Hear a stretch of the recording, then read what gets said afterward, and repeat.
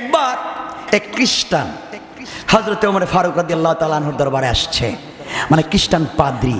শেষে 4টা প্রশ্ন করেছে, হযরত ওমর আপনি যদি 4টা প্রশ্নের জবাব দিতে পারেন আমি আপনার ধর্মকে কবুল করব, আর যদি প্রশ্নের উত্তর দিতে না পারেন তাহলে আপনি কি করবেন? হযরত ওমর বলেন, আমি প্রয়োজনে আমার ধর্ম ছেড়ে দেব। তুমি কি মনে করেছো রাসূলের হাতে হাত রেখে বায়াত নিয়েছি, রাসূলের সঙ্গে জিহাদে শরীক হয়েছি, রাসূলের পিছনে দাঁড়িয়ে নামাজ পড়েছি, সেই রাসূল আমাকে দ্বীন শিক্ষা দিয়েছেন। এই পৃথিবীতে এমন কোনো প্রশ্ন নাই যে এই প্রশ্নের জবাব কোরআন দিতে পারে না। আল্লাহু আকবার। আজকে আপনি বিজ্ঞানের কাছে প্রশ্ন করেন, আপনি বিজ্ঞান কি জবাব দিবে? সমস্ত বিজ্ঞান যেখানে ফেল হয়ে যাবে ওখান থেকে ইসলামের জ্ঞান, কোরআনের জ্ঞান শুরু হবে। কোন সুবহান। আমার ভাইরা, এক পর্যায়ে হযরত ওমর বললেন, কি প্রশ্ন তুমি বলো? সে 1 নম্বর প্রশ্ন করতেছে, আমি 4টা প্রশ্ন করব। 1 নম্বর প্রশ্ন হলো, একই মায়ের 2 সন্তান একই দিনে একই সময়ে দুনিয়ার জমিনে জন্মগ্রহণ করেছেন। একই মায়ের 2 সন্তান একই দিনে একই সময়ে একই বৎসরে দুনিয়ার জমিনে জন্মগ্রহণ করেছেন এবং মৃত্যুও তাদের একই দিনে একই সময়ে একই বৎসরে হয়েছে, কিন্তু ইতিহাস থেকে আমরা জানতে পারলাম তাদের জীবনের হায়াতের ব্যবধান ছিল 100 বৎসর। প্রশ্নটা বুঝেন নাই? একই দিনে জন্ম নিয়েছে, একই সময়ে জন্ম নিয়েছে, একই বৎসর জন্ম নিয়েছে, আবার একই বৎসর মরেছে, একই দিনে মরেছে, একই সময় মরেছে, কিন্তু ইতিহাস বলছে তাদের 2 ভাইয়ের মধ্যে হায়াতের জীবনের ব্যবধান ছিল 100 বছর। কি একটা উল্টাপাল্টা প্রশ্ন হলো না? হযরত ওমরকে বলছে আপনি প্রশ্নের জবাব দিবেন। 2 নম্বর প্রশ্ন হলো, এই পৃথিবীতে কোন স্থানে একবার সূর্যের আলো পড়েছিল? এই পৃথিবীর কোন স্থানে একবার সূর্যের আলো পড়েছিল কিয়ামত পর্যন্ত আর পড়বে না? কথা বুঝেন নাই? এই 2টা প্রশ্ন আপনি আমাকে জবাব দেন। 3 নম্বর প্রশ্ন হলো, সে কয়েদি কে যার কয়েদখানায় শ্বাস নেওয়ার কোনো ব্যবস্থা নাই, শ্বাস নেওয়ার কোনো অনুমতি নাই? এমন একটা কয়েদখানা যে কয়েদখানার ভিতরে শ্বাস নেওয়ার কোনো, কথা বলেন না কেন, অনুমতি নাই। এই কয়েদখানায় বাহির থেকে কোনো খাবারের কোনো ব্যবস্থা নাই, কিন্তু এরপরে কয়েদখানার মানুষ জীবিত। এটা কোন কয়েদখানা? 4 নম্বর প্রশ্ন হলো, এটা কোন কবর যেই কবরের বাসিন্দা নিজে জীবিত, কবরটাও জীবিত, মাঝে মধ্যে এই কবর তার কবরের বাসিন্দাকে নিয়ে বিভিন্ন জায়গায় ঘুরতে যায়, আবার এই কবরের বাসিন্দা এই কবর থেকে বের হয়ে পৃথিবীতে দীর্ঘকাল বেঁচে ছিলেন, তিনি কে এবং এই কবরটা কোনটা? কি কঠিন প্রশ্ন করে ফেলছে। কয়টা প্রশ্ন করেছে? আপনি প্রশ্নের জবাব দিন। আমরা বলতাম ভাই আমার একটু কাজ আছে, আমি অফিস থেকে আসি, আপনাকে পরে জবাব দিচ্ছি, আর পরে টেলিফোন বন্ধ করে বলতাম এটা ব্যাক কল, আর প্রশ্ন পাইলে না, এটা আমারে করলে কেমনে? হায় রে ইসলাম। আমার মুসলমান ভাইরা, হযরত ওমর বলেন আমি প্রশ্নের জবাব দেওয়ার দরকার নেই, আমার এক ভাতিজা আছে পিচ্চি, তার নাম হলো আব্দুল্লাহ ইবনে আব্বাস, আমার ভাতিজাই জবাব দিবে। কোন সুবহানাল্লাহ। তিনি বলেন কি মিয়া 4 প্রশ্ন করছে, এই 4 প্রশ্ন আমি দেওয়ার দরকার নাই, আমার ভাতিজাই যথেষ্ট। খ্রিস্টান সেই পাদ্রী কই বুঝলাম না, এমন প্রশ্ন করলাম জিন্দেগিতে উত্তরটা তো আমিও মিলাইতে পারতেছি না। হ্যাঁ কই হ্যাঁ না দিয়ে তার ভাতিজা দিয়ে দিবে। হযরত ওমর বললেন আমার একটা পিচ্চি ভাতিজা আছে, তার নাম আব্দুল্লাহ ইবনে আব্বাস। আব্দুল্লাহ ইবনে আব্বাস কোন? আব্দুল্লাহ ইবনে আব্বাস কোথায় আছো? আসো, এই 4টা প্রশ্নের জবাব লিখে তারে দিয়ে দাও। আব্দুল্লাহ ইবনে আব্বাস মুস্কি হেসে বলেন এই মিয়া আর প্রশ্ন পাইলে না, এগুলো তো 1 মিনিটের ব্যাপার। নাস্তিক খ্রিস্টানকে বুঝলাম না, কার পাল্লায় পড়লাম? এ দেখে ওমরের সাইতে আরো ডাক, কার প্রশ্ন পাইলে না?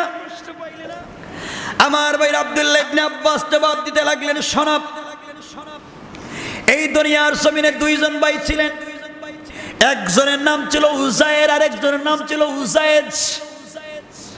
এই দুই ভাই দুনিয়ার জমিনে একসাথে জন্ম নিয়েছেন, একই দিনে জন্ম নিয়েছেন, একই সময়ে জন্ম নিয়েছেন, একই বছরে জন্ম নিয়েছেন। দুই ভাই ইন্তেকালও করেছেন একদিনে একই সময়ে। কিন্তু তাদের একজন ভাই উজায়েজ, তিনি আল্লাহকে বলেছিলেন, আল্লাহ মৌতটা কেমন, মৃত্যুর পরে তুমি কেমনে জীবিত করো তা তো আমি বুঝি না, আপনি আমাকে বুঝাইয়া দেন। এই জন্য দুনো ভাই একসাথে ইন্তেকাল করার পরে, একই দিন ইন্তেকাল করার পরে আল্লাহর কাছে একটা বিষয় একজন ভাই চেয়েছিল। এই জন্য আল্লাহ 100 বছর কবরে রাখার পরে তাকে আবার জিন্দা করেছিলেন। কোন সুবহানাল্লাহ। নাস্তিক খ্রিস্টান, এই জন্য উজায়েজ আর উজায়ের এই দুই ভাই একই দিন ইন্তেকাল করার পর 100 বছর পরে এক ভাই আবার জীবিত হয়ে গিয়েছিলেন।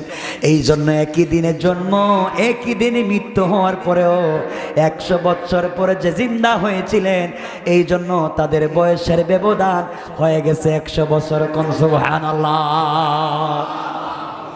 এই বেচারা কই বুঝলাম না, এটা একটা জানলো কেমনে?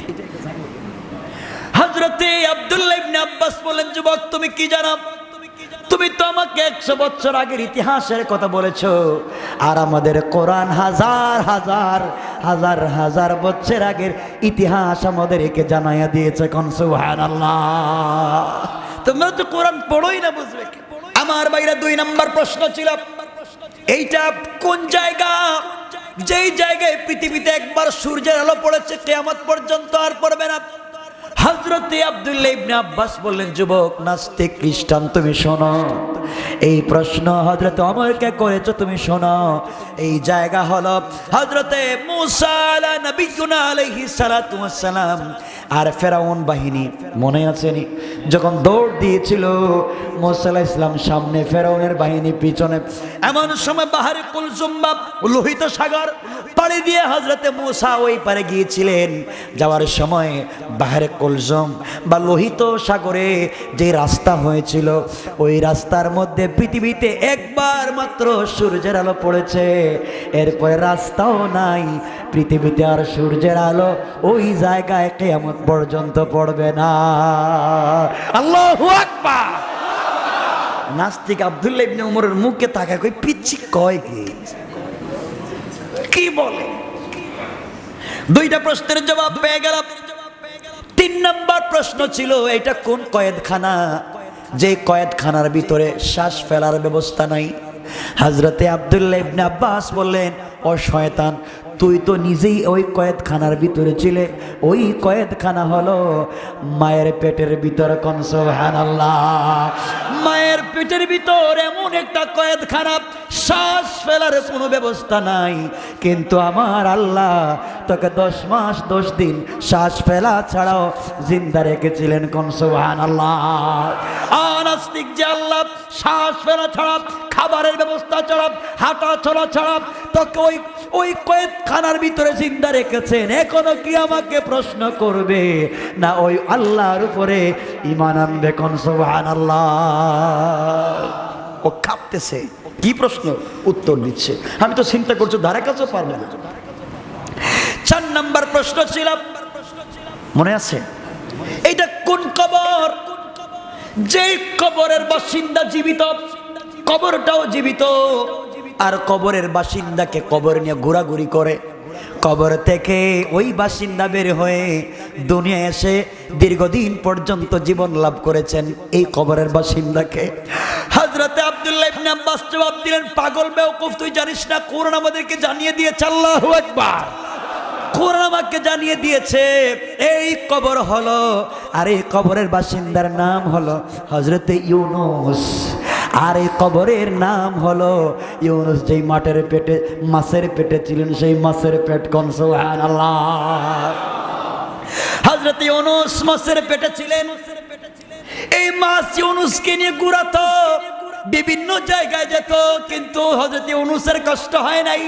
কিছুদিন পরে ওই মাছের পেটের ভিতর থেকে হযরত ইউনূস পৃথিবীতে আসলেন এবং দীর্ঘদিন পৃথিবীতে বেঁচে থাকার পরে ইন্তেকাল করেছেন।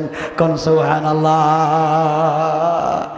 নাস্তিক খ্রিস্টান প্রশ্নের জবাব শুনে বলে, ভাই আমার দরকার নাই উত্তর শোনার, আমি এখন যাই, আর দরকার নাই। বলে আর কোনো প্রশ্ন নাই, বলে আর জিন্দেগি তো দরকার নাই।